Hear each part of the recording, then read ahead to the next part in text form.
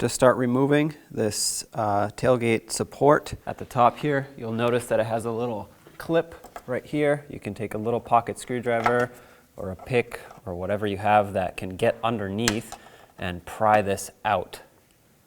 You basically want to just pop it out, and that's what's going to unlock it. There we go. Okay, well, you don't have to take it all the way out. Usually it pops out and it stays, but whatever works. And at this point, you want to hold the rear hatch and pull this straight out, and then you do the same thing on the bottom.